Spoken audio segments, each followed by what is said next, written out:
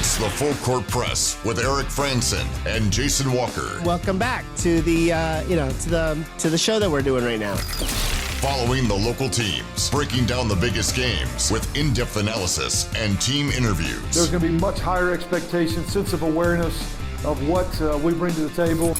Join the show by calling into 435-752-1069 or text 435-339-0321. It's the Full Court Press. Throws, ends yes! Caught! Touchdown! They did it! Hey, what's going on, everybody? Eric Frandsen and Jason Walker here on the Full Court Press. Second hour of the show. Back up to 2 hours. It's the second hour of the season. That's very true. It is the second hour. We call it the second half instead of the second hour. It's the second half, baby. Get up for the second half. Let's do it. We'll have to hit from you your texts on our Full Court Press text line, 435-339-0321. Last hour, we spoke with Josh Sturzer, Green Canyon head football coach Craig Ander. This hour, conversation with Utah State cornerback Michael Anyanwu. We'll also share the stat that blew our minds, our player of the week, reveal the results from Pick 6, and what do we want to see in this scrimmage for Utah State coming up on Saturday, Family Fun Day, as Utah State, crossing our fingers, will be able to pretty much put their showcase on the field for fans to be there to watch, because you weren't able to see it last time, which was unfortunate. Yeah, want to have it on Merlin Olsen Field, not the indoor facility. Got to get that punting practice in, man. We didn't get to see that punting practice. Well, I'm curious. One of my curiosities this year is who's involved in the return team, because that was such a strength for Utah State before. But who's going to handle those duties? Who's going to be the return man? Yeah, we'll have to see. It's a curiosity, because the one guy they had back there when they did the few kicks and punts, it was some fourth string guy that I couldn't even figure out who he was. I didn't even check. It was Cooper Jones. Was it? That's what I thought. Because he's a little short guy, small, the little 5'6" running back. That's what I was thinking. Cause I remember him being really short, but I thought he was wearing like number 12. Was the thing I was remembering in my head, but I don't think he's wearing number 12. Because that's a Johnny Carter and somebody else on the offense. Number 12 on the offense is quarterback Chase Tuatongaloa. So no, Cooper Jones is 31. It's his jersey number. But so we'll let to continue to get your thoughts about things you want to see in the scrimmage on Saturday. What are you going to be watching for? Concerns, questions that you may have for Utah State football, and your reactions to our top 25. We revealed it was Hunter Reynolds at number 9 as we continue to count down our top 10 of the most impactful Aggies for this upcoming season. But also, if you want to chime in, we've had a couple texts that did come through that we didn't get a chance to get to last hour. So I want to get to those here quickly. And 4781 was appreciated the input that we were sharing about Serena Williams, some of her comments and her message saying she's not really retiring from tennis, but she kind of is retiring from tennis, and saying that it's not a good comparison for her at her age. If she wants to raise a family, she has to basically quit competing, while somebody like Tom Brady can still be out there and competing without interruption. Yeah, basically in true activist athlete form, Serena Williams went out with the message saying, hey, there's challenges that women face that men don't. Like I said, 4781 was pointed out that that's not always true, but like I said, in broad strokes, she was right in this particular instance. Right, and there are facts that absolutely is indisputable. 9310, a bunch of haters of success. She didn't take anything away from me. Okay, 9310. Speaking up for Serena Williams. Yeah, like I said, any activist athlete is going to take some heat from people who disagree with you, because when you're an outspoken athlete and you voice your opinion, people disagree with you. And so that's why Serena has a decent amount of haters, perhaps more so than a lot of other athletes, is because she speaks out. And she tries to speak out against convention. I'm not going to talk about whether or not she's right or wrong. I'm not getting into that. But it's just how it is. 6543, are all the high school games this week live streamed? No, unfortunately. I mean, there'll be a way to follow them. If you're outside of the area, we will stream all of the games. You can at least listen to the audio of all of the games. There are some situations, some venues where some of our teams are playing that having video is not going to be an option for us, unfortunately. But we will provide all of those links, ways to follow along on Cache Valley Daily, even if you're outside of the traditional broadcast area of some of our radio signals, so you can still keep tabs on what's going on with our local high school sports, even if they're not here in the Valley. Yeah, the home games will pretty much always be video streamed. Away games, yeah, it does kind of depend sometimes on whether the video will be there. Radio broadcast pretty much always, and then obviously you can stream that radio broadcast if you have the internet wherever you are. Yes. So we'll do our best to make sure we have an option for you. 9315 texting in says, Jason sounds more like the janitor every day. I guess. Am I supposed to be flattered by that? Yeah, I don't know. I don't know how you should feel about that comment. Then also, don't men have different body types than women at all? It allows for different things in sports. Well, well, yes. The answer to that is yes. The short answer is yes. But just generally speaking, men are much better built for athletics. It's why men are better at sports than women.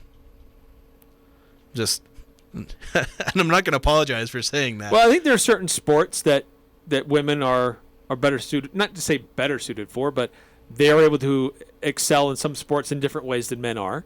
But yes, they're different body types makes it different ways of competing and being able to have different levels of success on the whatever field of play that it is. But our opinions about how she may have been outspoken about certain things sometimes overshadows what she did as an athlete. And that's sometimes difficult for people to separate. But what is indisputable, just like men and women have different body types, is that she had and has had an incredible career and performed at an extremely high level beyond what is normal for most women at that sport. And she's been an incredible athlete, opened doors for a lot of others, particularly in that sport, but in others as well. And I think we have to set aside our opinions about things that she may have said or positions that she has taken and at least respect what she's done on the court. Yeah, and the thing is, we do that for men who have done awful things. And we set aside the awful things that some men have done to respect their on-court career, but there's people who won't respect Serena's career because, like I said, she's outspoken and talks about politics and social things. Like, is that a crime or something? We ignore literal crimes from some male athletes. But some people can't get over the fact that Serena's saying, whatever she's saying in that particular moment. And in some cases, like I said, in this case, she's not necessarily wrong. You can't really say she is wrong. No. Yeah. So, yeah, and like I said, and when you look at what she's done, I know some people like to say, well, men, they hit the ball harder in tennis, whatnot. But, because with women, like I said, where they have different body types, they can still accomplish and be just as dominant in their sphere as men, even if you want to say, oh, the men jump higher, run faster, whatnot. Okay, so Serena's competing against other women. She has a woman's body, and she's able to compete and be dominant in her sport, and it makes her one of the greatest athletes of all time. Yeah, I totally agree. Absolutely. So anyway, it was in Vogue magazine, I guess, is where she announced she didn't call it a retirement. She's calling it an evolution so she can focus on family and business interests. But it has a lot of people reflecting back on her career and things that she has done and things that she has accomplished, which are worth talking about because it's incredible. Yeah, she has a great legacy, and you're going to have to keep talking about it. We talk about people's legacy all the time in sports, people who have played a long time ago, because their legacy lasts. It's our version of immortality, is the legacy you leave behind. And I want to pose this question with Serena. Greatest tennis athletes of all time, male or female? I don't know enough about tennis to answer that question, unfortunately. From what I know, she's certainly in that conversation, and I wouldn't argue with anybody who said that she's the greatest tennis athlete of all time. Because I do believe you have Federer and Nadal and Djokovic, who are all each very accomplished in their own right. Yes, true. And have been very dominant. I think Federer especially has he has a comparable number of individual titles to Serena, I think. I'd have to double check that. I think you're right. Well, I need to double check the numbers, but I think he's in the conversation. Yeah, I think he's in the 20s in terms of his major titles. And Serena has 23 and like 70-something, maybe even 90-something, just overall individual titles, not just majors. So yeah, she's, like I said, she's in the conversation, and I won't argue the point if you say, because all right, she has a good argument.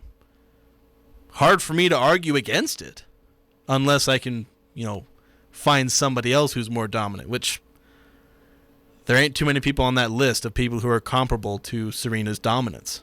So, okay, well, maybe debatable with looking at different aspects of accomplishments of other male tennis players. But where does she stand among female athletes overall across all sports? I mean, my knowledge of great female athletes is limited. Simone Biles is probably the only other athlete, at least contemporary, who comes close to that individual dominance. There's a sprinter, I believe. An American sprinter, I think, who's had a pretty... Was it Allison Felix, I think? Mm-hmm. Okay. She might be... I can't remember. I know a lot of people have talked about her being great. I don't know her list of individual accomplishments. And the swimmer, Katie Ledecky. I don't know if I said her name properly. Highly decorated. Yeah. So that's another one. And it's hard to compare some of these because, Serena was able to play 4 major titles a year. Some of these other athletes, they may not have the same number of championships, but they do it once every couple of years and things like that.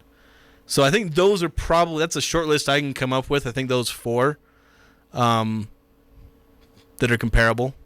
Couple of more texts coming through on the subject. 5338 chimes in. There's no doubt Serena was a great player. However, I still think Steffi Graf in her prime was better.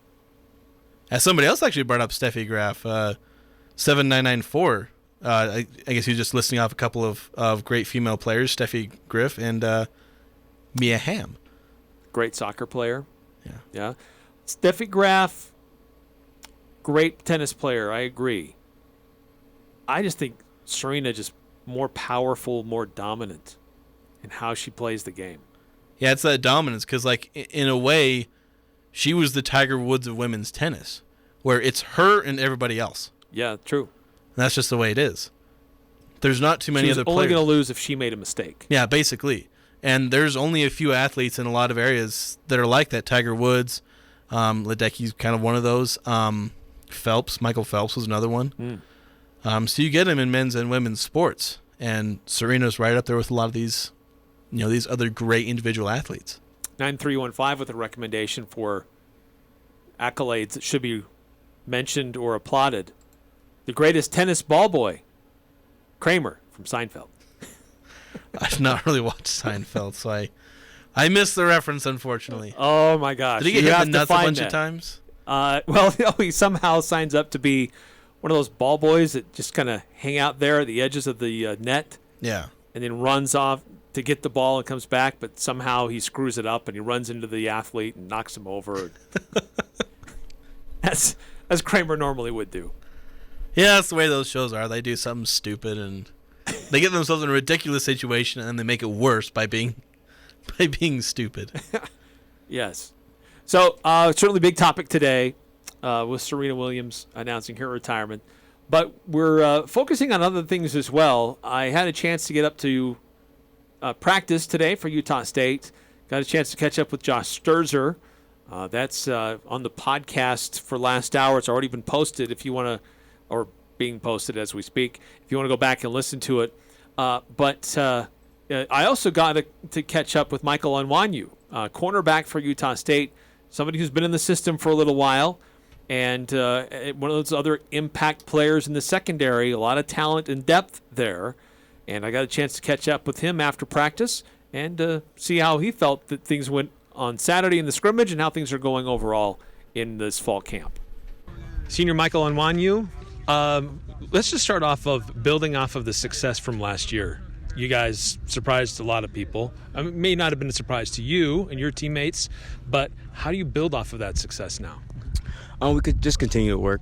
We know what it looks like. Coming off a 1-5 season in 2020, going into 2021 camp, we had a lot of expectations for ourselves. We just wanted to work hard and get better every day. That's one of our mottos as a team, get one degree better every day. We had great leaders last year. They showed us what it looked like to be great leaders. So guys like me, myself, and a lot of other upperclassmen, we just try to build off what they did last year and just try to take up after them. So do you feel like you kind of have this on your shoulders to take a larger role in a leadership position? Yes, sir. But it's a team. It's really a team effort. Like I'm really surprised this year at a lot of young guys stepping up as well. It's really a lot of guys that I see trying to progress into leadership roles as well as myself. I'm trying to progress into one as well. I'm still learning as a leader, but it's a lot of guys stepping up as leaders. I'm learning from our leaders on this team now. Some are younger than me, to be honest. But there's a lot of leaders that I'm learning from as camp goes on. So that's really good. Seems like there's a lot more depth and skill at this cornerback and secondary overall. Do you feel like that's one of the real strengths of the Utah State defense this year? Yes, sir. It's a real big strength. We got a lot of diversity, really. To be honest, we got bigger, longer guys now. We got faster guys. Our receivers have given us great work all camp.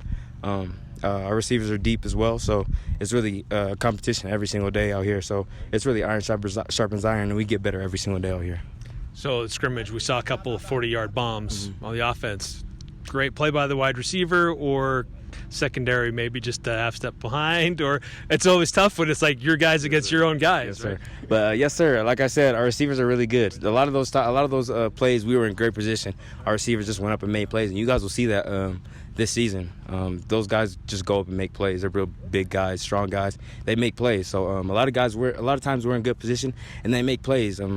Sometimes we got to clean up our technique, but sometimes they just make plays because that's what those guys do. So we just got to flip the script and go to the next play and go make a play. There's always a lot of juice with this coaching staff and with the defensive unit on that sideline.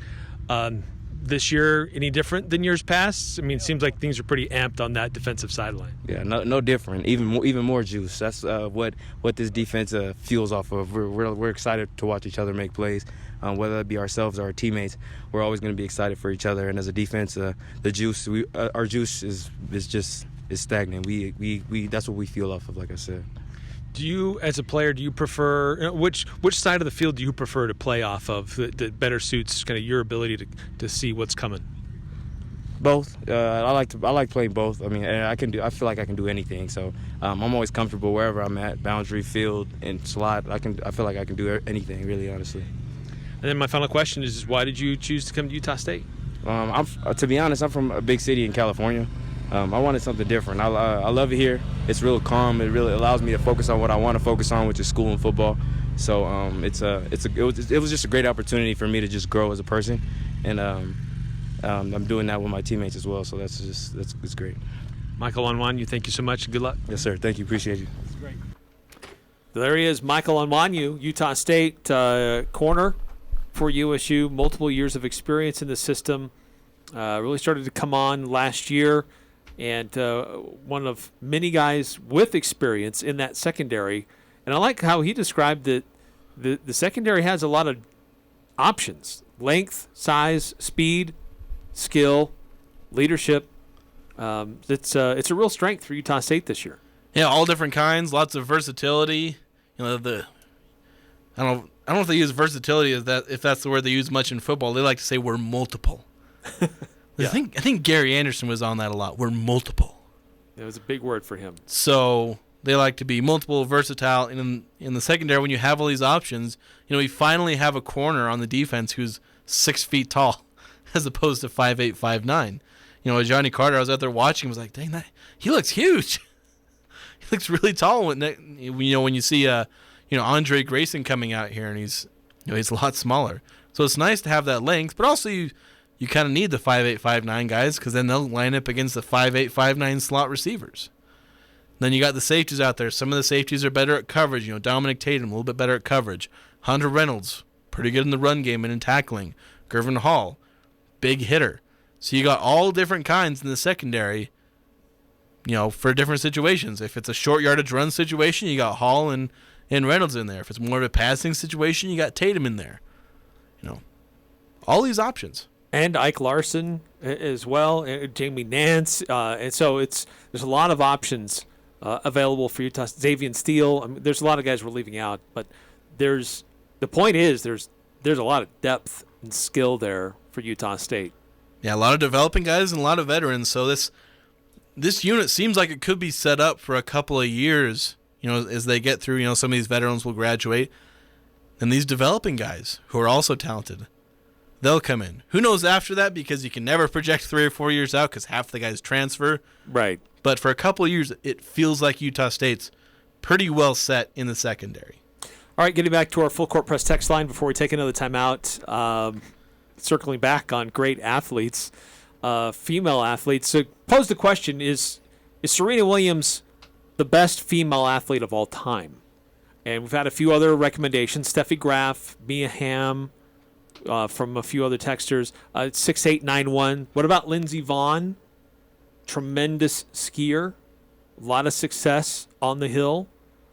As we were talking during the interview off air, I think with Olympic athletes is we only see them in short bursts. And somebody like Serena Williams, we see her multiple times a year. And so maybe we're a little bit biased in that sense because we see them more often. Yeah, it creates a recency bias isn't the greatest term. Maybe a frequency bias might be a made-up term I could maybe use. Where, you're seeing Serena Williams several times a year, maybe more if she's playing in some smaller tournaments. Whereas, Lindsey Vonn, she shows up every 4 years in the Olympics on TV. She's doing stuff the other 3 years, but they don't put that on TV. You maybe hear about it. It seems like the only way the Olympic athletes can get that super dominant status is when you have a Michael Phelps who wins 8 medals in one Olympics. Or, sprinters who, win multiple medals or, different things like that. We're able to have it, in bulk. And it's such an amazing accomplishment that you can't ignore it. Simone Biles is kind of that way, where she's winning medals in bulk, even though she only shows up on our TV screens every 4 years. Right, and then they're dominant each time we see them. We just don't see them with much regularity. Yeah, and again, they also don't have – it's hard to argue, 23 individual titles. Simone Biles, I don't think she has 23 Olympic gold medals. Granted, she might have that many medals of various events. But again, nobody seems to care about those because they're not the Olympics. Another text, 5338. Kramer was a ball man, not a ball boy. Probably was a ball boy, considering the context I'm getting from this episode. How he acted. It's definitely immature. Bonnie Blair is another one, 9952. Okay. Problem is, these are all names that I'm just not as familiar with because they're probably older. 9315 sending us some Google searches. Charmaine That's James. a dangerous game. We'll have to consider that and put the filters on before we start clicking on links from 9315. Click this link to buy a PS5. From get an Ethiopian prince with an inheritance. He needs your help. All right, more about Utah State football. What do we want to see in the scrimmage this Saturday? Love to get your thoughts on that as well as we preview the final scrimmage for Utah State before the season opener. We'll also get into the stat that blew our minds, our player of the week, reveal our results from Pick 6 as well, kind of recapping the weekend that was. We didn't have a chance to get to it yesterday. It's all coming up here on the Full Court Press with your texts as well, 435-339-0321. Elements has delicious lunch specials, 2 for $30, or the new soup, salad, and bread special for just $10. It's tasty and quick. Elements' lunch menu is full of scrumptious items prepared with a personal touch. Wood-fired pizzas are an excellent choice that include barbecue chicken and the bee's knees. The fresh battered halibut fish and chips with seasoned fries is always a hit. And don't forget the fan favorite Munster Burger. Casual or professional. Open Monday through Thursday, 11:30 to 8 p.m. and Friday and Saturday, 11:30 to 9 p.m. Visit theelementsrestaurant.com for reservations today. Who do you turn to if you want to change out your wood or pellet stove? Advanced Fireplace and Stove. They were voted the gold medalist for Best of Northern Utah for the second year in a row in the fireplace retrofit category. Be ready when the government's next wood and pellet replacement incentives pop up. Advanced Fireplace can help you navigate the paperwork. For more information, call Advanced Fireplace and Stove, 752-7272. Online, advancedfireplaceandstove.com. Loveland Living Planet Aquarium takes us outside our everyday lives, into a world of discovery. It's a chance to explore our innate curiosity, discover animals from around the world, and experience the all-new outdoor plaza and eco. More to explore at Loveland Living Planet Aquarium. Reserve your visit at thelivingplanet.com. Talking the sports you care about. The Full Court Press on Sports Talk Radio, 106.9 FM, 1390 AM. The Fan.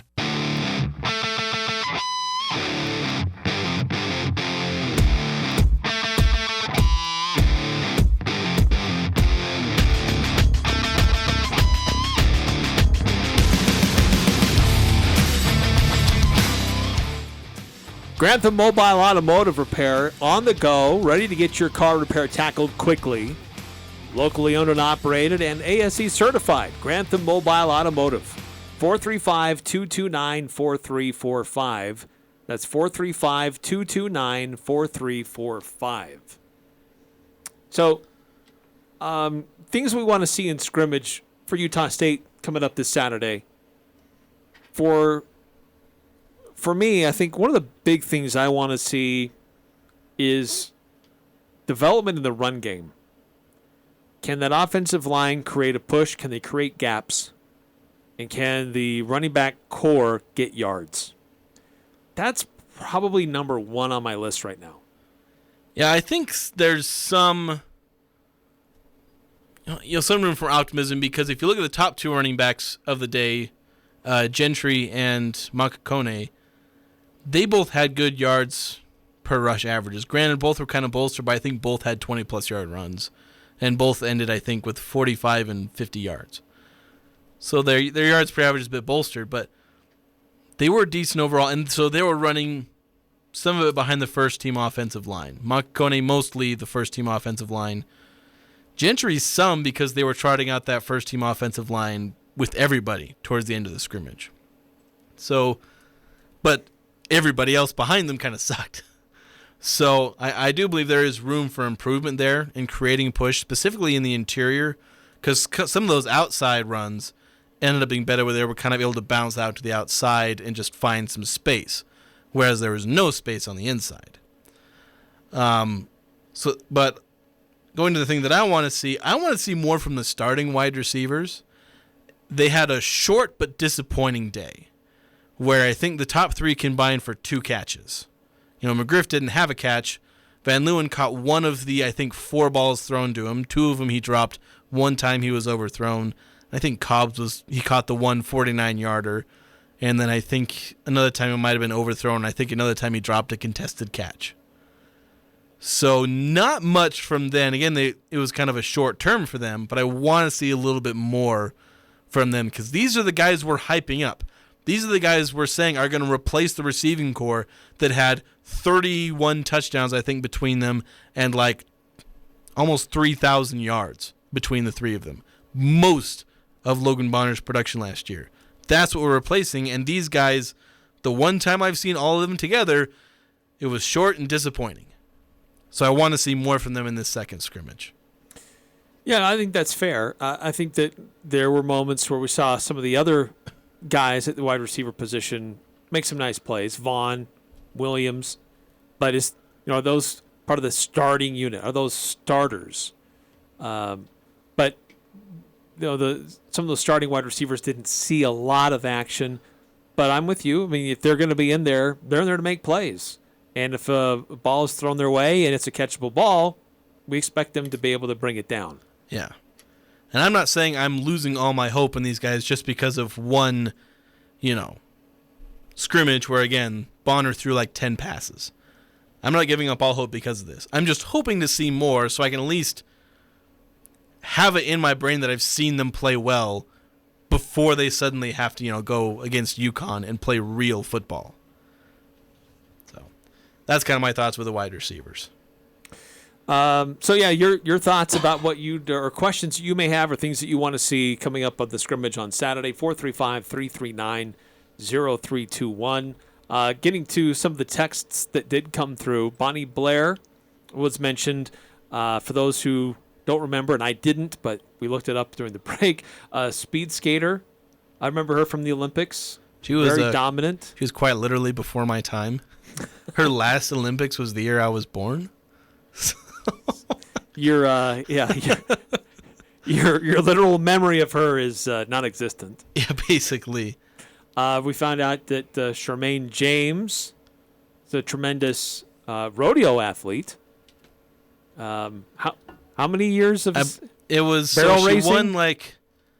Let me. I gotta fire up the old Google machine. Got to go back to this. It says she won 11 Women's Professional Rodeo Association Barrel Racing World Championships, which is the most in history. She won 10 of those in a row from 1984 to 1993, and then came back in 2002 and won another one. That's a big gap. Yeah, that's pretty crazy.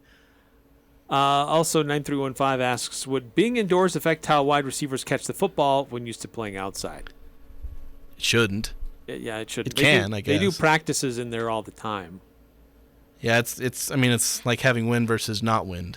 It's like it shouldn't affect you. It can, but it shouldn't. Shouldn't. Yeah. You shouldn't be dropping the ball because you're indoors. No. It's like, oh, sorry, coach, I dropped that one because it was indoors. No. When it's thrown right into your chest, you should be able to bring it in. 435-339-0321. Any other things you'd like to see at the scrimmage coming up on Saturday for Utah State? I want to see him having fun. Like, we saw the defensive sideline having fun for a solid 2 hours. Like, they were amped. They were hyped. They were cheering each other on. They were celebrating. They were having a great time. Offense was a little more muted. I think it's okay for the offense to get hyped and have fun and get excited. I'd like to see them celebrate successes with each other.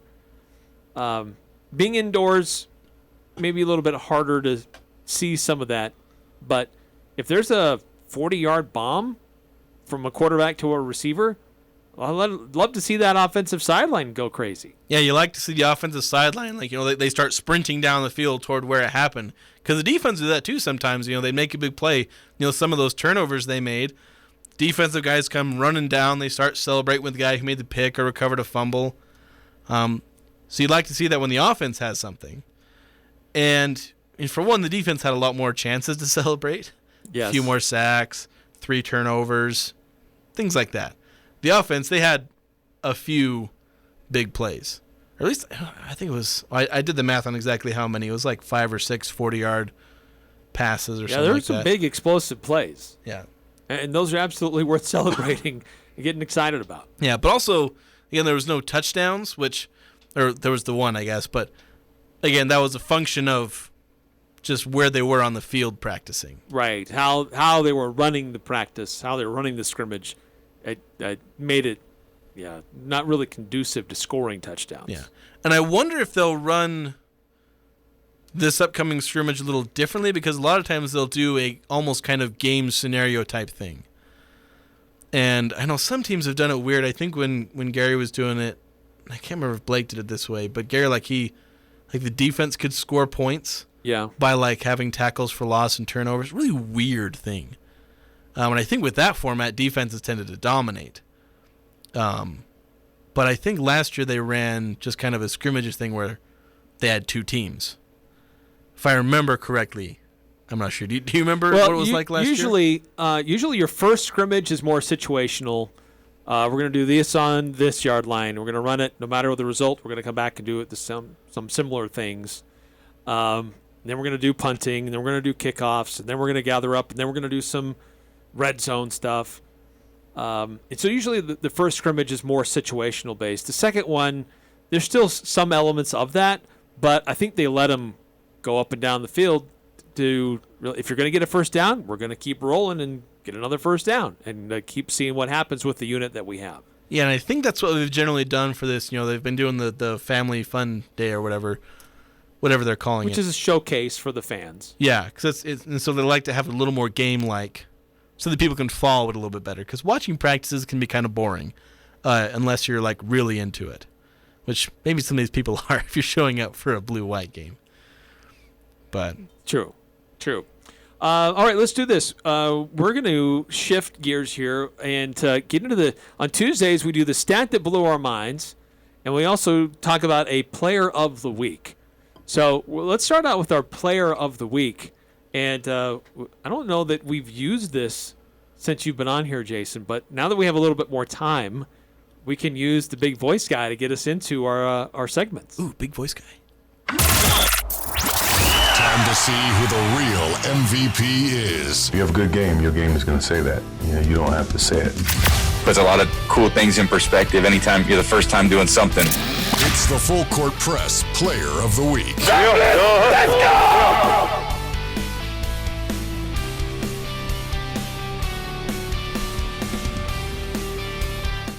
All right, so who stood out to you this last week and what they were able to do in their various sport?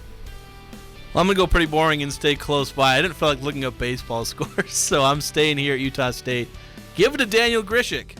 Ooh, good choice. Stuck out my neck for him really far, putting him really high on my top 25 Aggies list, and I'm sitting pretty after that scrimmage. He looked really good. Racked up a lot of stats. Again, maybe a little inflated based on the situation, but he looked really good, except for a couple plays. He made up for it. He covered up a lot. But, yeah, he does look good. I like his speed, able to get around the edge, and to create havoc for opposing quarterbacks. That'll be a lot of fun to watch this year. Yeah, definitely. For me, I went with Serena Ionescu. She just last night led the Liberty in points, rebounds, and assists. That's the fifth time she's done this year. But also earlier this week, she eclipsed 200 assists and is the first player in WNBA history to record 200 rebounds and 200 assists in a single season. There you go. Great player for the Liberty. Utah State got to see her when they played against Oregon that one year for Utah State women's basketball. She's a tremendous player for the WNBA. Yeah, see, I was at that Oregon-Utah State game.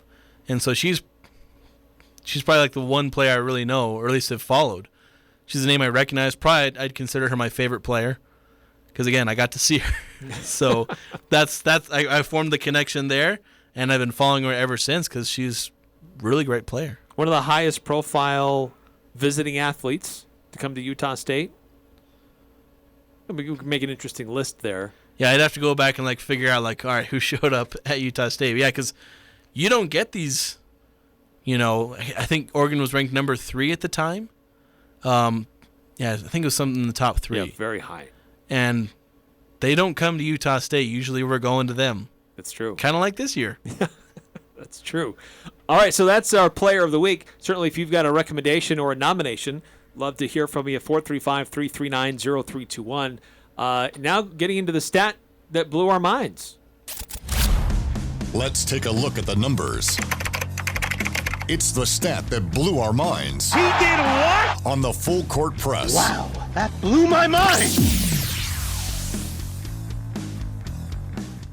All right, Jason, you led off with the player of the week, so I'm going to lead off with stat that blew my mind.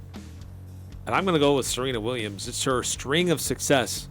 23 Grand Slam titles, 14 Grand Slam doubles titles, multiple gold medals as an individual and as in doubles, over $90 million in prize money, and what she's been able to do as a professional tennis player after the age of 35 is unprecedented.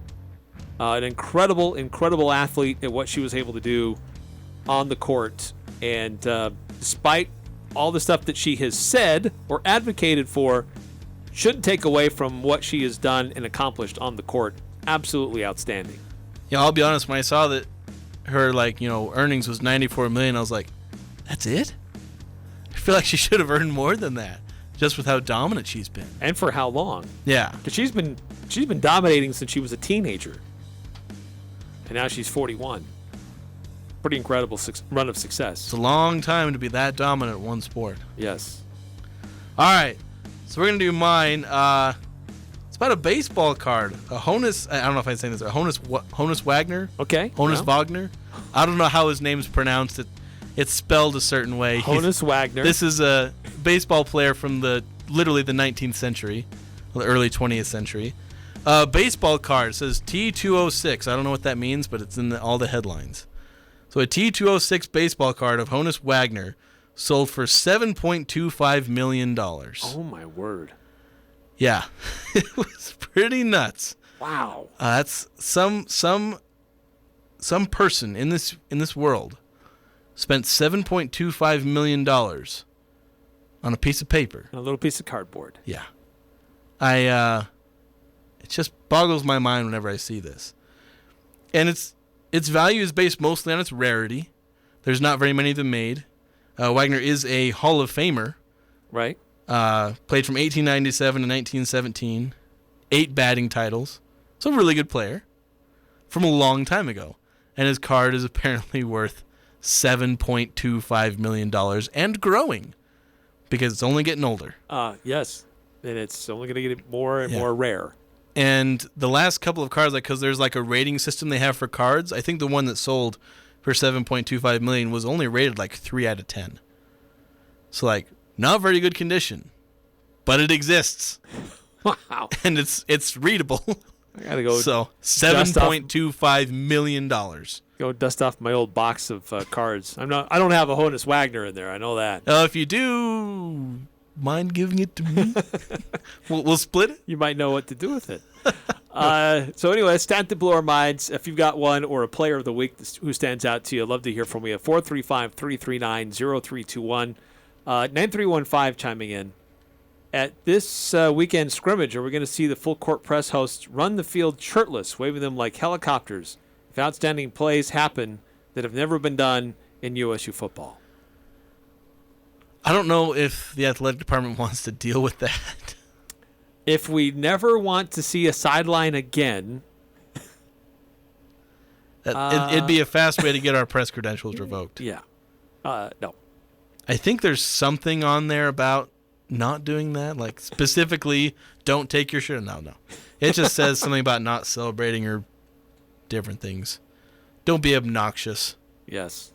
Doesn't always happen. Which I think what 9315 suggests does comfortably fall under the definition of obnoxious. It's in the family. Yes. Coming up next here on the Full Court Press, we'll reveal Pick 6. We didn't get to that yesterday. We had so much stuff to get through as we recap the weekend that was. How close were we at predicting the things that were going to take place this weekend? And feel free to continue to chime in on our topics of the day. 435-339-0321. Hey, it's Garrett Grantham with Grantham Mobile Automotive. Just like a plumber, just like an electrician, I come to your home. I am a master ASE technician, licensed, insured, and ready to come to you for your car repair needs. Right now it is hot outside. From air conditioners to transmissions, I can take care of you. Give me a call and I will come to you to get your car's AC running cold in no time. 435-229-4345. That's 435-229-4345.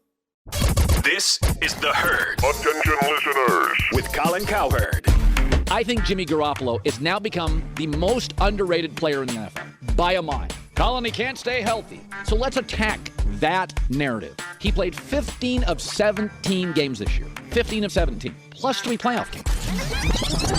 This is The Herd with Colin Cowherd. Wow. Weekdays from 10 to 1 on Sports Talk Radio, 106.9 FM, 1390 AM. The Fan. You want to feel important. You want to be a part of something bigger, something that matters and can help change things. You want to feel like you belong. We know. We felt that way too. And that's why we did something about it. We aren't just Army National Guard soldiers. We are normal people just like you. And together, we can make a difference. Take on your legacy. Visit NationalGuard.com to find out more. Sponsored by the Utah Army National Guard. Aired by the Utah Broadcasters Association and this station. Loveland Living Planet Aquarium takes us outside our everyday lives, into a world of discovery. It's a chance to explore our innate curiosity. Discover animals from around the world and experience the all-new outdoor plaza and eco. More to explore at Loveland Living Planet Aquarium. Reserve your visit at thelivingplanet.com. It doesn't matter who you root for. The Full Court Press has all the high school sports covered. The Full Court Press. Connect with us on Facebook, Twitter, and online at 1069thefan.com.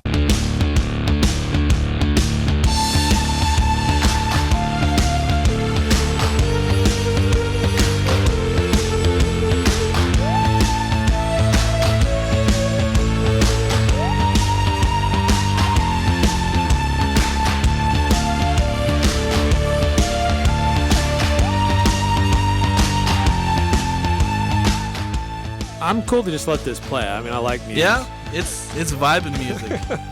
Full Court Press, Eric Frandsen, Jason Walker. Just before we get into our next topic with revealing who won Pick 6 and the results, just remind you about Mountain West Motor, Logan's newest truck and SUV dealership at 615 North Main. Great selection of trucks and SUVs that have been specially customized for your next adventure. So go check them out, 615 North Main, or check them out online, mwmotor.com. So, yesterday we had a lot to get through with the scrimmage recap. We heard from the coach. We heard from players. We had a lot to get through. We didn't have time to get through what happened with Pick 6. Again, 2 hours. Somehow we got to find time. And today we have that time. Yes, we do, because we don't have something immediately to react to. We're just sort of reacting to still, and we're beginning the process of looking forward. So when we put together our Pick 6, we got cut off at the very end. So off air, we finished it. We added our own tiebreaker in case we needed it. Yeah, I think we missed the one pick that I made on the last one, and then we didn't have the tiebreaker. I had one ready, and so we picked a tiebreaker. Yes, so it's all above board. We were in the same room when it was done. And nothing has been changed since it was put down in ink. Maybe, I don't know. In ink. I wouldn't put it past you to try and cheat. Although it has been in my possession and not yours. Yeah, so I just, you're desperate. Take You're that desperate for what it's to win. worth. Take that for what it's worth. Okay, number one. Brianna Stewart points versus the Las Vegas Aces. Set the line at 25.5. I took the over. You took the under. She had 35. Dang. She's on a tear. Strikeouts by Shane McClanahan. That was Tampa Bay at Detroit on Saturday. Set the line at 4.5. I took the over. You took the under. He threw 3. So I've got one. You've got one. Runs scored by the Giants and the A's in their 2-game series. Battle of the Bay. And set the line at 11.5. I took the under. You took the over. There was a combined 20 runs scored. So I was way off there. A little bit. So you've got 2. I've got 1. RSL versus LAFC. Yep. You set the line RSL losing by a score 1.5. Yeah. Plus 1.5. Yeah, basically a spread of plus 1.5. It turned out that LAFC won 4-1. We both took the over, so we both got that correct. Yeah. Pessimism for the win. Yes. So you've got 3. I've got 2. Hits by Juan Soto over the 3-game series with the Dodgers. Set the line at 3.5. You took the under. I took the over. He only had 2. So you've got 4. And I've only got 2. And then runs by the Dodgers on Friday. set the line at 6.5. They actually had 8. So I took the over, you took the under. Doesn't matter. I had 3 right. You had 4. Tiebreaker doesn't matter, even though I got that one right. Doesn't matter. This is why it took until Tuesday to do it, because he knew he'd lost. He didn't want to admit it yet. Dragging my feet. It's like, we'll do it tomorrow. We'll do it Wednesday. We're out of time. Sorry, get the microphone. Can't get it to work. So, that's 4 times. That's 4 in a row. I mean, more like 3-0-1 because we tied that one time, so I just kind of retained the title belt. It's true. It wasn't taken from you. Yeah, so I'm undefeated. That's I'm really having a hard time knowing what to do with myself because this is uncharted territory. Your whole identity as the Pick 6 champion. It's like if Tom Brady lost like 10 straight Super Bowls. It's like, what do I do with myself? No, this is good because now I have to think more, put a little more thought into how I put together my Pick 6 because I know I've got a formidable foe. See, the problem is that I don't know how I feel about this because we're doing a lot of baseball stuff, and I don't know anything about baseball. And so I'm winning. I'm like, how? Better to be lucky than good. I guess that's the way it is sometime. It got Eli Manning into the Hall of Fame, or will get him into the Hall of Fame, being lucky. Yes. Shots fired. Shots fired. I still had to win the game. Yeah? How much was really on his shoulders to do, though? That's maybe debatable. It's a question. It's the eternal question. Some people call Tom Brady the luckiest of all time. And somehow stand behind that take. I don't know how they do it. I don't how.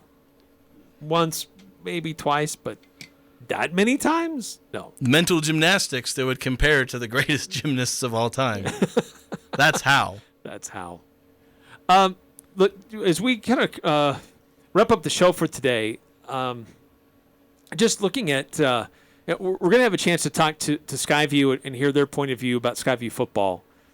And we'll hear that interview tomorrow with Coach Chris Howell.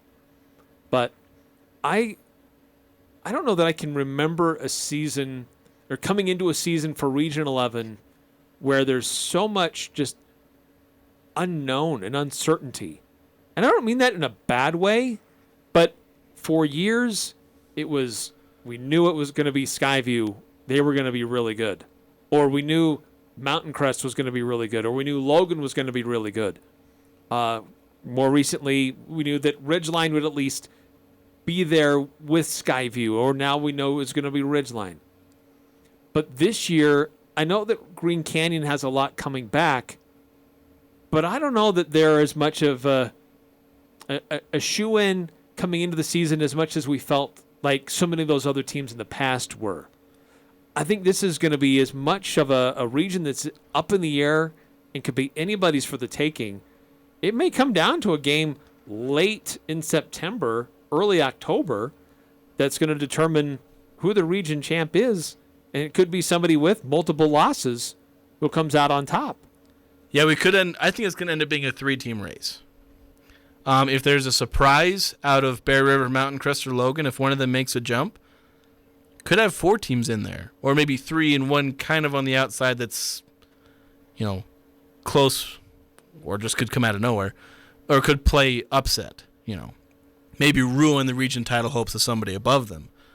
I think with Green Canyon, they're just they're the one we know the most about, and so we feel comfortable about putting them at the top. Because with Skyview and Ridgeline, we don't know who's replacing them. They've been pretty good at replacing their guys and cycling through, reloading, rebuilding. So we're confident they'll be good again, but we just don't know yet. Whereas with Green Canyon, it's like, okay, yeah, they're going to have like one of the best defenses in 4A. They had one of the best defenses in 4A, and everyone comes back pretty much. And then they return their offensive guys, so theoretically they get better. So, yeah, it is just kind of a wide-open 3-team race. I hope it's something like, I think it was like the 2018 or 2019 Region 11 basketball, where there were 3 teams at the top, and they all beat each other. It was like rock, paper, scissors. And it was amazing, and it had some of the greatest high school basketball games, most exciting high school basketball games I've ever seen, because I was right in the thick of it covering all of them. And it was amazing. Loved every second of it. And I'm hoping to see something similar. And like what you said, it seems to be setting up like this, where we could have something special at the top, exciting. Yeah, I totally agree. So that question about who's going to be at the top, but also like we've got some new coaches here. So how are they going to develop their programs? How are the players going to react to them? How can they start to develop and grow as the season goes along? So I'm really intrigued to see what happens this year. Every game will be broadcast locally on a station here in the Valley. There's a streaming option available for every game as well. So even if you're not here, you can still follow along. So we're doing whatever we can to make sure we get these games covered, and we've got a lot of great talent behind the scenes and calling these games as well. So really intrigued to see what happens this year for high school football. Our last stop will be the Skyview Bobcats, and we'll have that for you tomorrow. And we're going to have some recaps and availability to check things out on CashValleyDaily.com as well. So keep watching for that as well. But have a great night, everybody. We'll be back again at it tomorrow.